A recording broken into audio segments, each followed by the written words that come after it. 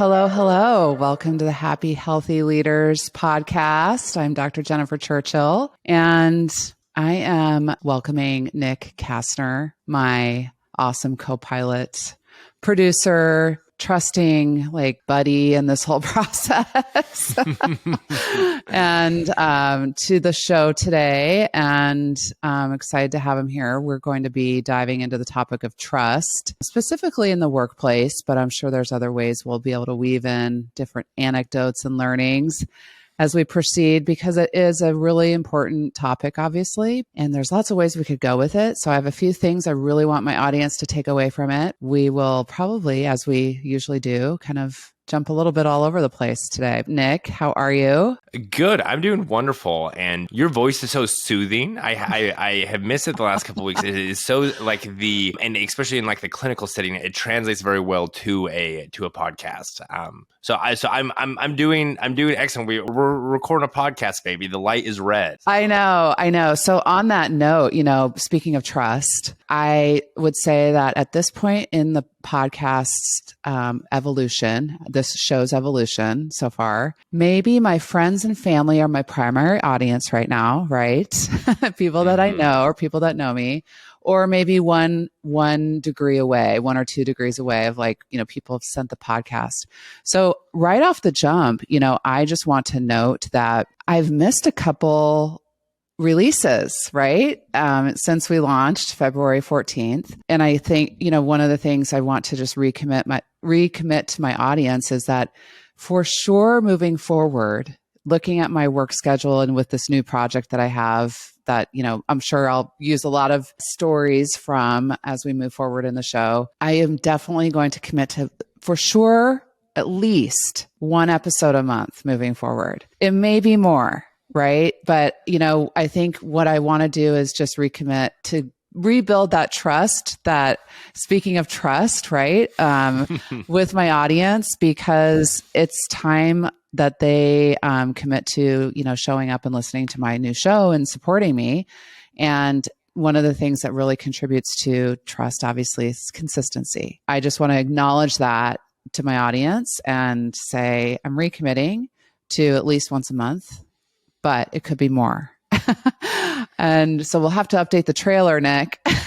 Yeah, we'll have to update the trailer. As I would like to say, I haven't been keeping track, Jennifer, but as your producer, I have noticed the lack of recording. But we're back. It's the consistency and setting clear expectations, which have been established. Yes. To me, those are two foundation of trust, and it is so good to be making this announcement on the topic of building trust. That it does align well. Yes. And I know you have some research to share around trust. I was very intrigued. We sent some notes back and forth, and you described the research as I'm bringing research. So I don't quite know the data points yet. So I'm interested to learn what you brought, and then also kind of establish those building blocks and the foundations of both consistency, setting clear expectations. Is there anything else that you think is bare bones foundational elements of trust? Well, I'm just noticing that I think I'm wearing the same shirt that I've worn in a few other recordings. So at least I'm consistent with my Sunday attire, I guess. I just make a little levity to the yeah. And we are wearing the same shirt. Look at us being on the same page, or similar gray long sleeves. Yeah. So there we go. I only joke because if my friends my friends who are listening to this who know me, know I have so many clothes, and I'm on a Sunday I wear the same thing, and I have probably for several years. So there's some consistency there. But yes. So let's talk about trust. The reason, obviously, trust is discussed a lot as an important variable in any relationship, right? And I think it really does live on a continuum of blind trust, reasonable trust in the middle, and then paranoia. So we have this this spectrum or continuum of trust that people fall on, and trust is developed at an early age based on our attachment styles, and where we fall on that continuum. And I'm not going to go into that specifically today, but to say I only acknowledge that is because wherever you are on it is exactly where where you're meant to be, because it does something for your nervous system to operate in that fashion. Like if you are more cautious to trust because you just need to feel safer in some situations, or if you're like boundaryless and like just trust everyone blindly, then there's another, blindly without any evidence, then there's opportunity there too. So, what I want to talk about more specifically when we talk about these examples in the workplace is more around what I call reasonable trust, where you have an adequate amount of evidence, but you're not rigid around either being worried about being paranoid that you're going to be, your trust is going to be broken. So there's a lot of different variables that go into building reasonable trust, and we'll talk about those. But the reason I wanted to talk about this topic now is there's a few things going on in my clients that I'm paying attention to, continuing along with how you can build trust and establish trust and maintain it. Really, like maintaining trust is actually the key to performance. And in this, like more of this hybrid working workforce, because in the research I want to share, it comes out of PwC's trust survey. They just released their 2023 trust survey, and they've been collecting data around trust since for the last 3 years specifically, because they have been able to show like 91% of business executives say that their ability to build and maintain trust improves the bottom line. So not only is it like important to just like feeling connected and relationally supported, it actually has an impact on organization's performance from a bottom line perspective. And then they look at two different groups of, their trust impacts, and that's the employees and their consumers. And I want to focus on the employees specifically in terms of how leaders and like how employees trust their leaders and or their organizations that they work for. And the reason I'm mentioning this data is because in the last year, one of the biggest challenges executives have faced when it comes to actually establishing and maintaining trust is the current company culture. And that comes above like a lot of other things like financial results, supply chain issues, stakeholder perspectives, different things that can also impact trust. And the reason that this is really even more relevant now than ever is that we're in our third year of being, hybrid working. And so company cultures aren't adjusting to this type of working. And so leaders really do need to take a different look at how they're establishing trust when it comes to their employees from a culture perspective. And the reason that this is even more relevant is because we're not meeting face to face as much as we used to. The reason that trust is important, it also has a biological effect. We can't recreate, and I know I've mentioned oxytocin before on this show, especially when it comes to purpose. We cannot recreate an oxytocin release via video that we can when we're in person.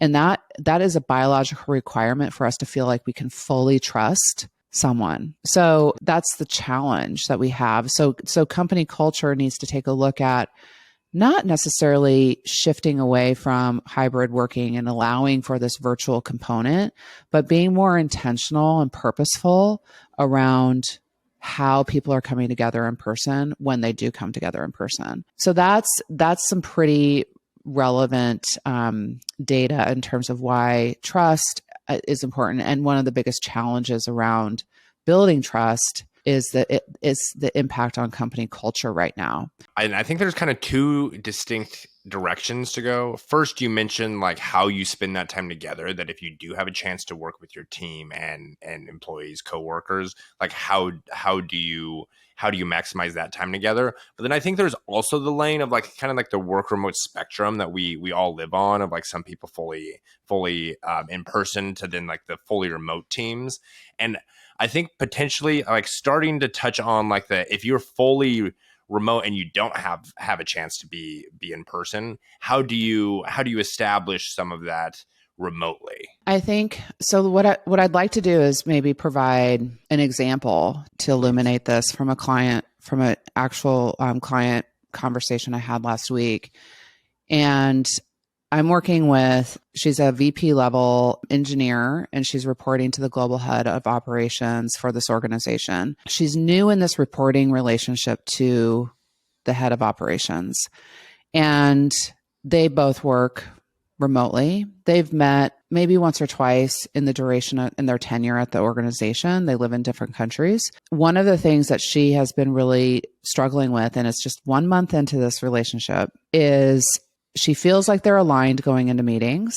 And then they get into the meetings and things go different based on what they discussed. And when they come out of the meeting, he said he thinks that it went great. So she's not having this like consistent experience with him. And so while I'm not coaching the top leader in this dynamic, I'm coaching the VP, and then he's like basically the equivalent of a COO in the organization, the chief operating officer. And while this behavior would have been more ideal coming from him, it hasn't been established. And so I'm encouraging her to do the following. So one of the ways that we can establish more trust, and this is actually one of the factors that was one of the data points from the research that the PwC survey came out with, is clearer communications can actually impact trust and the dynamic of trust if you're not able to have that more in-person time together. And the thing is, we say this all the time, right? Better communication, clearer communication, but we don't ever get to the definition of what that means, like from a very tactical, structural perspective. And so there's 2 points to this example that why I'm using this particular example is one is I asked the VP of engineering, what kind of expectation conversations did you have when you first started working, reporting to your new manager, the COO? And, she said, well, what do you mean? What do you mean by that? So that's obviously a clue, like they're not having them. Right. So, yeah. And it's often assumed that you'll just figure this stuff out as you go. And reality is if you're able to have these types of integration, what I call integration expectation conversations right at the beginning around like, how do you like to be communicated with? How do we ensure we're aligned going into, let's say, a meeting or a presentation around a deliverable? What is the best way to work with you? And, what do you need from me so that we will have a good working relationship? I mean, these are just very general questions to start with, and I have a whole toolbox that I use with all my clients when we're working on these types of conversations. Those rarely happen. And that is something that I'm really encouraging my current clients and anyone who's listening to this, is that even if you're in a long-term reporting relationship with someone, you can still have these at any time. These like expectation conversations of how we work better together. It's separate from the function of the work. It's separate from the technicality of what you're doing in your role. It's the relationship. It's kind of like premarital counseling, right? Yeah. It's obviously just make a lot of assumptions about that, how this will go in the work environment. The other reason I use this as an example, Nick, is so she's the direct report in this dynamic. Ideally, this type of conversation and understanding expectations would come from the leader, from the manager. But if it's not happening, and I'm gonna flip trust on its head here, okay? Because when we feel like we've lost trust or someone's broken our trust in a dynamic, I really encourage people to look at what they impacted for that trust to be broken. Because if you give all of the responsibility away, then what can you do to change it? And so I really coached this individual to think about it from that perspective, even if it's 0.01% of the impact that you might have had on the dynamic, that's something to work with. And so if you've lost trust in someone, what did you do potentially or didn't do that could have impacted that? And so, because we can blame the leader all day long, right? And this person is a leader. I mean, she is a leader. And so, what's great is she's going to then go and do this with her team too. If you're in a dynamic where you're not feeling like you have trust in your leader, what can you do to actually help rebuild that trust? Because I guarantee you that your leader probably doesn't even know what's missing.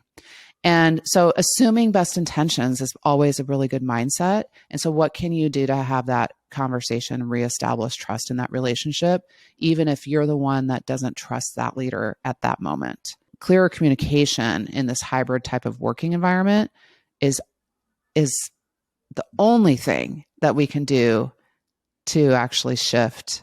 Not the only thing. I would say the number one thing that we can do to shift the dynamic in company culture and impact trust. Yes, absolutely. And also in any context, taking ownership, it allows for that conversation to be started easier because you can kind of lead with the, hey, like, this is how I felt. This is how you felt. Obviously, we're not on the same page, and then this is something that I can do differently in the future, and that just seems to set the conversation on off on a good tone.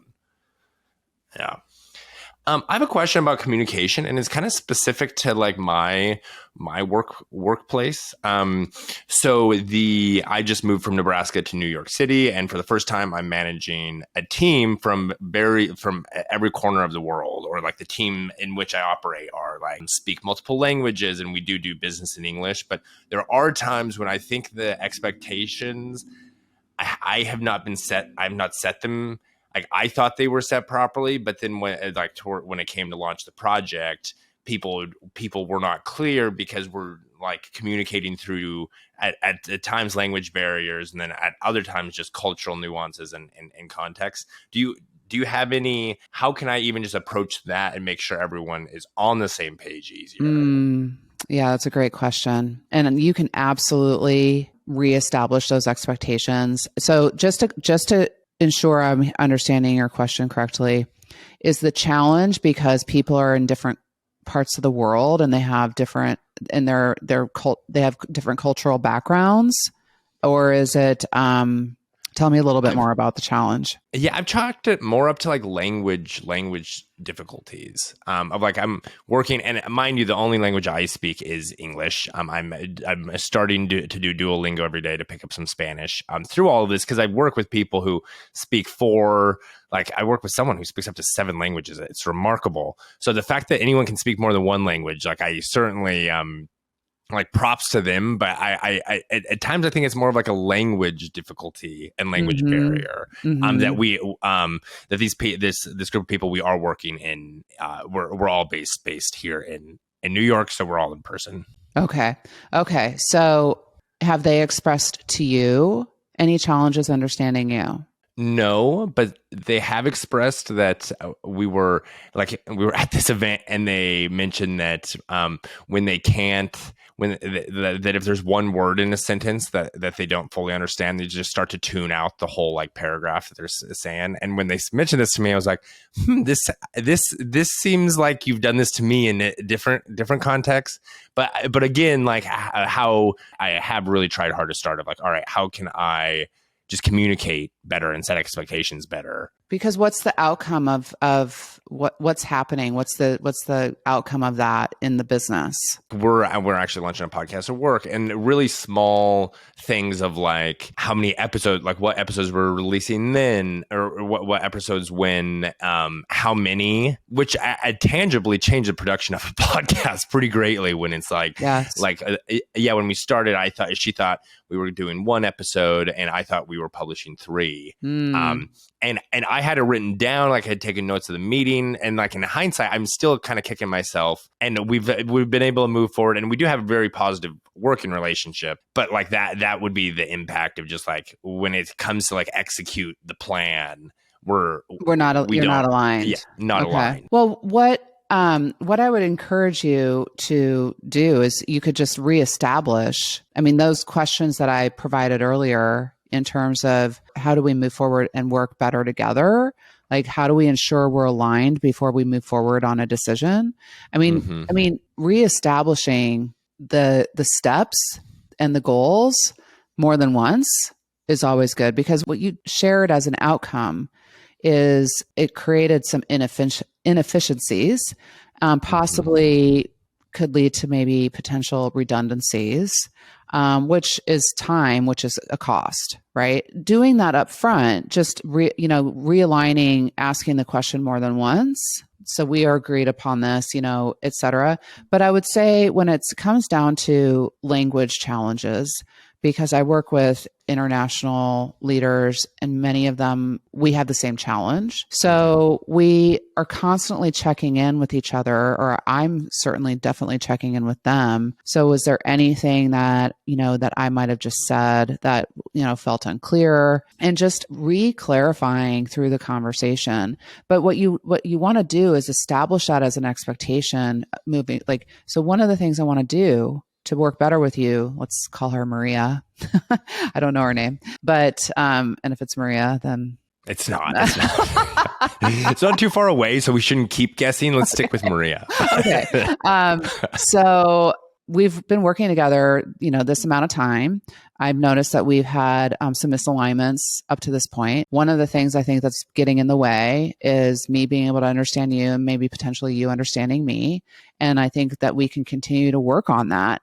One of the things I want to do so that you're not feeling like I am talking down to you or like having you feel like I'm slowing down. I mean, you want to be careful. You want to introduce the change in behavior so that they know why you're doing it. I mean, that's the thing. Sometimes we can introduce a new behavior without explaining the intention.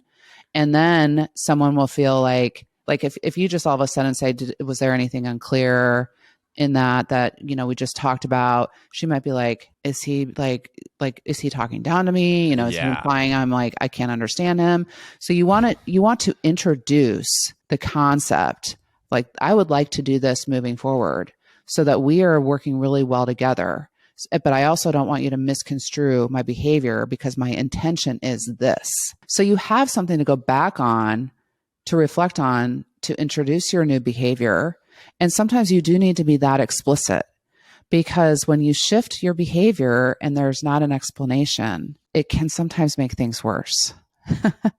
Yeah. So, good call out. I wouldn't have thought about that. And it would have been easy to just end every meeting with, so like anything I need to clarify, but then it comes off as condescending. Well, and that's one of the things that I always work on with my clients is be explicit around your change of behavior.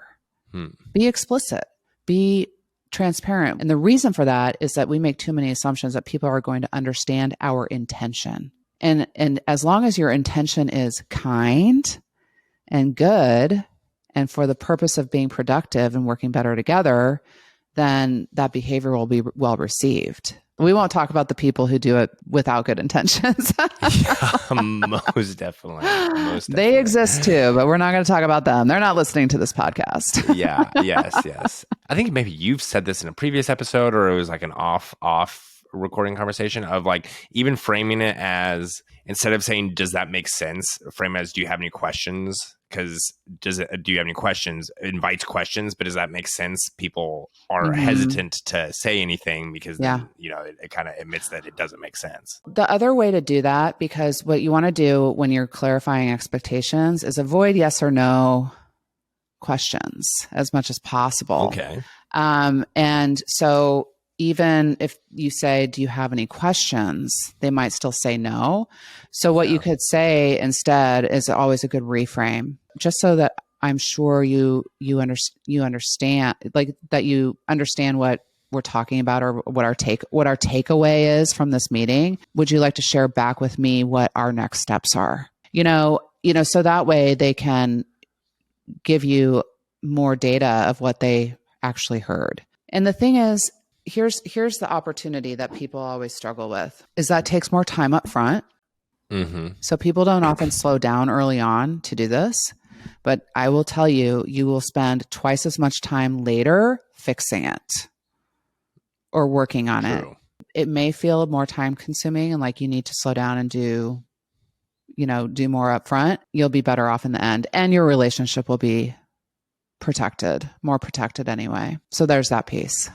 Yeah. Yes. Yeah. And, it's funny how much of these topics are linked of like, this is certainly like a web we're working in, and we've hit the number one trust factor being communication. Are there any other like specific trust building activities that leaders can do with their employees that you you want to highlight now? So one of the biggest challenges leaders always struggle with when they're moving up in their, let's say they're moving from director to VP, even from VP to C-level, leaders really struggle with delegating. I mean, the reason that they achieved their promotion or to that next level is because they've individually performed, but they've also been able to get their teams to perform as well, of course. Yeah. But delegation is an ongoing opportunity for every single person that I work with, every single person, every coaching client I've ever had, actually. And the reason it's an opportunity is because they know how to do the work right and do it well and quickly. And so this comes down to time. When you're delegating, especially to a new employee, and understanding where their accelerators are, where their potential derailers are when it comes to their own work performance and knowledge gaps, it takes a lot of time up front to let them fail. And leaders do not like to let their employees fail very often when they're delegating things to their employees. And there's all these other factors that go into delegating well. And that is being able to, like, first of all, coming back to the trust continuum, like, don't blindly trust an employee with something new without evidence. Move into the reasonable trust part of the spectrum or the continuum and give them a portion of something. And before it's complete or almost whatever implementation it is, do a check-in, do a pulse check to actually validate the evidence of, can you trust them more, or do you need to actually coach them more to get them up to speed? And because what happens is oftentimes leaders will just hand something over with a little bit of a conversation and not really seek to understand if that employee knows what they're supposed to do. And then what happens is they fail. And then that leader says, I can't trust this person. I can't trust this person to actually deliver on something high stakes, high risk, et cetera. So you need to lean in to the delegation process and look for reasonable evidence so that you can reasonably trust someone to continue to give them more. That doesn't happen. I mean, a lot of leaders will just make a lot of assumptions, and managers alike, around what delegation actually means. Delegation is a lot of coaching, first and foremost, and then a lot of follow through, a lot of pulse checks, and allowing mistakes to be made, but also that, like, coaching their employees to learn from them. It's a lot of work, but that would be the one thing every leader needs to look at, is how they're delegating and how they're coaching their team. Yeah. And I certainly understand the dynamic of, like, if you're able to do something well up to your standard and passing it off, it takes a lot of time. And when you watch someone do it the first time, you can do it so much quicker than when you're watching people. So I get the dynamic there of, like, not wanting to delegate, but it's not scalable for one person to do everything on a team, like, it's so necessary. Also, I'm just going to be really bold and be like, yeah, that's so arrogant. Like, well, you're not not you, Nick, okay. But like, that's such an arrogant, like, default, in my opinion, of, like, okay. And what I mean by that is, I can do it. So why would I give it to anyone else? Why, like, if I can do it, it's so limiting, and it's unfortunately not, like, it's not building trust either. No. But I would sense that would be the dynamic when you're, like, talking to people in a coaching setting, that they're like, oh, well, I can just do it. Yes. Am I alone in that feeling? Yeah. Okay. Yes, it is. No. And so no, I mean, everyone, and I say that boldly because like, I wanted to have an impact on people who are listening to this. Like, yes, you can do it well, but the reason it's also like, it lacks creativity. Because what you're doing is you're limiting diversity. Also, when you say, I can do this really well and really quickly, why would I give it to someone else? You're limiting diversity of thought. You have no idea how much that individual that you hand that off to could do for your program, for your work, for your show, whatever it is that's different than what you do. It could amplify everything. So I'm a little like, I only say that because it's a blind spot, like coming back to blind spots, because blind spots limit diversity. And then when we say that, and if it's a blind spot around delegation, we are not tapping into our full potential when we're not realizing the diversity of thought that can come to a situation when we're able to delegate more. And over the long term, like a fresh set of eyes can increase efficiency and do things quicker, more with less. So yeah, absolutely. And I do love you like being bold and making a fine point there. So moving on to I think we should start from like the manager or leader losing trust in employees, but I would also love to like flip that on its head and hit the inverse of like, how do you approach your leader and manager if you've lost trust in the situation? But so say that there was trust and then no more. What are the next steps there? You mean if you're the direct report? Yeah, or on either end of that. Like, also, if you're the leader and lost trust amongst your team, how do you go about reestablishing that? Yeah. So have you ever been on the receiving end of someone saying to you, I don't think I trust you anymore? Yes. Just personally. Yes. How does that feel? It certainly depends who it's coming from, but the times I've received it, it's not great. Yeah. No, it does not feel good. Because it's like trust is so core to our humanity, right? I mean, it's one of the differentiating factors between us and animals. Yeah. I mean, right? I mean, we can, I guess, obviously like animals, we have a sense of trust with animals as well, but it's different. And so that would be my first tip, is to not say that, that you don't trust someone anymore. Right. I mean, I'm not joking about that. Like I have been in situations where I have observed in alignment meetings, a direct report saying to their leader or vice versa, I just don't know if I trust you anymore. Let me tell you something. When you say it like that, in that kind of context, it's really, really hard to get trust back then after you say that. So I just want to put that out there as a cautionary tale, that whether that's true or not, there are different words that can be used. Language is really powerful. And there is sometimes we can't take some words back. When we can't take some words back, these are some of those words I'm saying, you can't take these back. Say it to a friend, say it to someone outside of your work environment. Definitely don't say it to your team, because if you've lost a trust with the person, you shouldn't say that to them. Okay. Right. What the different ways of going about it is coming back to like realigning around the relationship. And if you're the employee and or the leader or the manager, either of you can request this type of meeting. And it takes a lot of courage to do this. But if you can do it in this manner, at least you can say you've tried. But especially if you're the employee, because you're not in that like power position necessarily. One thing that needs to exist though, before you can do this, because maybe trust has been lost, but safety must exist for this conversation to happen. I would say if safety doesn't exist, especially for the employee in terms of whatever reason, I would encourage, reaching out to HR and discussing it with them as a resource and seeing what steps they can take in terms of how to move forward with that.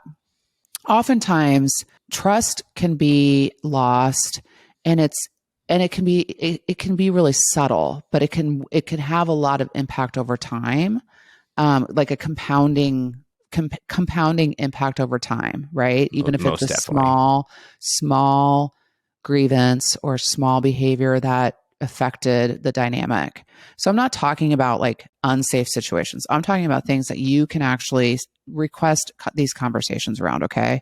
So I just want to make that caveat here for our listeners. If you're not feeling safe, that's a different avenue that you can take. Like seek out resources, HR, someone else that you trust in the organization. But in a dynamic where you're like, I just don't know if I fully trust this person to be able to like perform or actually not share this information with someone, something like that can be that can have a compounding effect over time.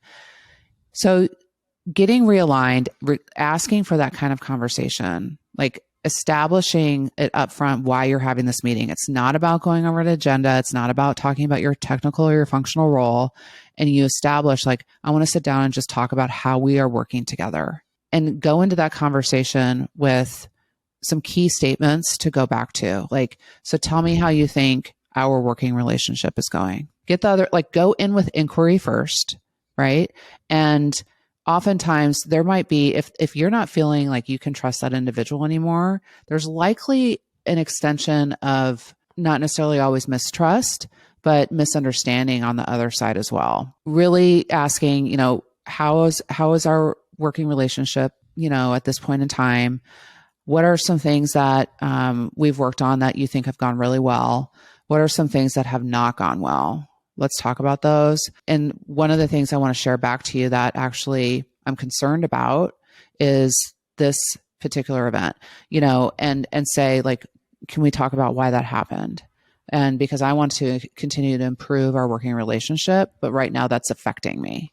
So you don't use the word trust in there, but that kind of conversation opens up, again, if you feel safe with this individual, it opens up a refresh, a reframe of what might be going on in the dynamic from your perspective, but also it gives an opportunity for that individual to share what might be going on with them. So that's an example. That's a good example because it works on, like, regardless of context, that if it's like you're bringing it to your manager, it's the same toolkit, but then vice versa. It's a similar conversation, at least. Yeah. Yeah. So, this is tough stuff. Don't get me wrong, I do not take it for granted that, like, I sit in a very privileged position to be able to talk about this from, like, an outside perspective. When I'm in these types of moments too, it's hard for me as well. So it's just, the more often we can talk about it as soon as we can, and not to wait for the review process. Especially if you're the employee who wants to talk to the leader about how they're feeling in the dynamic. But this takes a lot of bravery. It takes a lot of courage. It also takes a safe environment and a safe culture to do this. So those things need to be established for this to actually go well. But it can happen, and I've seen some drastic improvements in some relationships. There are some dynamics that will just never get better. And the only way it does get better is that one of the people leave. And that's just, unfortunately, the nature of humanity. But I would say exhaust your efforts if you love where you are and you love what you do before you make a leap.